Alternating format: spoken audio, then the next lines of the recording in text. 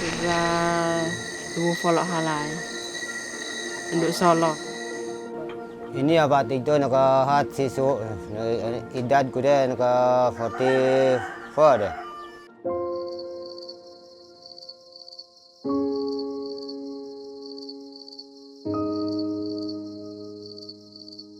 Simpre sok anduk lunai sedo hayu ke kendawan kemalo duan villa kam kendalom ligas para ngawan gagamit ku dini tak dini bekut gono labi na tay kelisu dan sok menagi yom ngak tekui anduk dok solok Asam ro kuara gana asam ro sada tu nagas.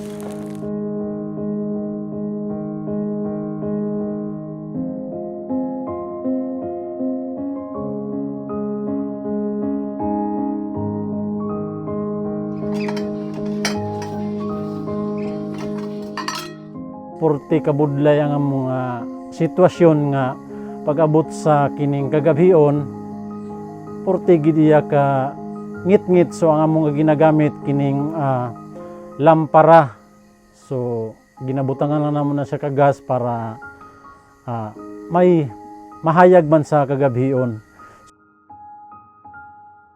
Sa una, diretso tulog na pag alas 7.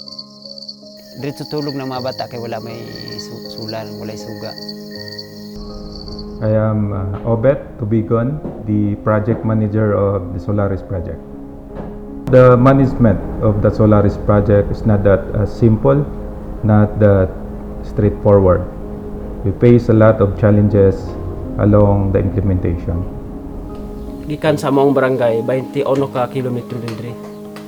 Abi na mo nga wala na jud maabot sa among lugar nga mao nga tabang suga.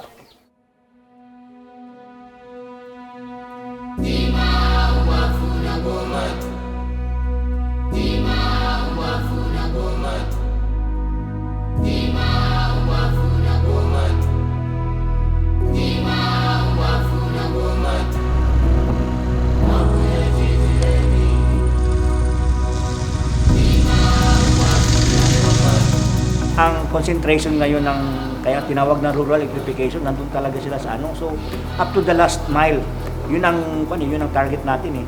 Yung mission ng rural electrification is to electrify the countryside. So, ang talagang nangangailangan ng light o power o kuryente. So very precious doon sa ating mga kapwa, mga Pilipino din sila eh, di ba? So bakit natin sila i-deprive ng ganong kung ano yung nai-enjoy doon dito sa baba? Sokelco is one of the implementing partner ng Solaris project kasama ang Mahintana Foundation, PEF and yung Socoteco 2 sa mga electric cooperatives. Solaris project has given us 3,000 solar home system sa aming franchise area, specifically sa Calamansig at sa Libak.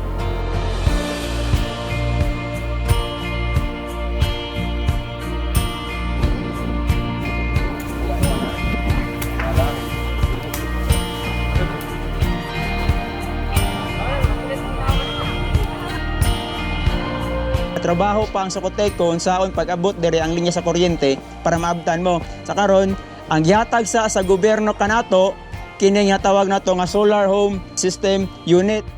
We are implementing in the time of pandemic. And a lot of protocols doing the field work sometimes hinder our implementation. Pandemya karon, medyo na sibog ang atong pag-install. So karon nagpasalamat ta ng nanag itong unit, ingay na yung makita, mo na gid.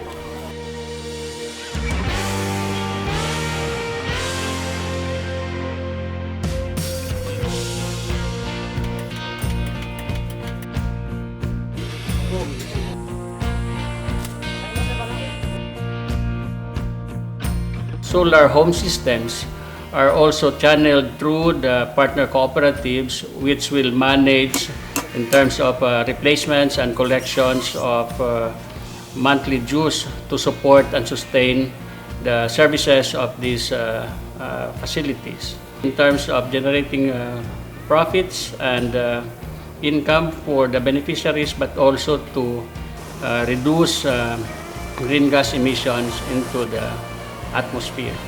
So we hope that this project will be sustained with those mechanisms being actively supported by our community-based partner organizations. Sa partner, kami naghahanap ng mga beneficiary. Binigyan sila ng capitalization through Peace and Equity Foundation. Malaki din ang tulong na nagawa noon sapagkat pandemic time. So, kailangan talaga ng mga pang-finance ng mga agri, sa business.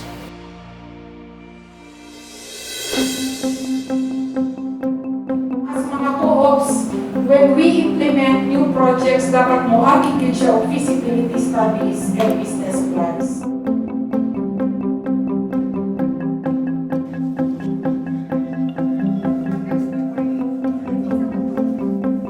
The Livelihood Fund being managed by Peace and Equity Foundation is a fund that will be used to provide a revolving fund for renewable energy enterprise interventions in the different parts of the region and in other parts of the country.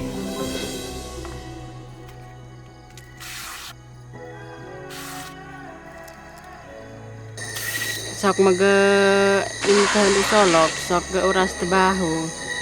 Minsan sok mulai paggono yung hanak tak kadaw ani lagafitin kumkifu. Happy kami kaayo ma'am kay inig-init dili na kami malisudan og kuan tilig sa tubig. Isang seedlings kay magtap lang og kuan. Magtap lang og tawag ito ng hose gani nga pang spray. Ana lang. Tapos di na lisod mo dili na bugat. Ano lang.